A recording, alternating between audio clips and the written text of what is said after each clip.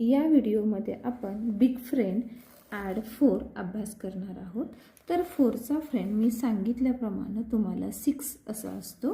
तर ते एक्झाम्पल आपण डिव्हाइसवरती कशा पद्धतीने सोडवायचं ते बघूया। डिव्हाइस माझा सेट आहे 6।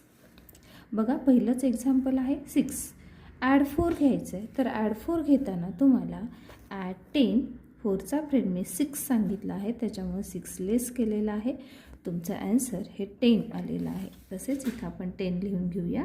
त्याच्यानंतर पुढचं एक्झाम्पल आहे 7 ॲड 4।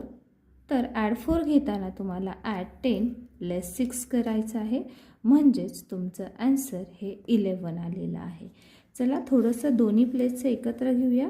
55 ॲड 4। बघा इथं मात्र तुम्हाला अजिबात फ्रेंड घ्यावा लागणार नाही आहे असं 4 तुमचं युनिट प्लेसला अवेलेबल आहे, त्याच्यामुळे तुमचा आन्सर आलेला आहे 59।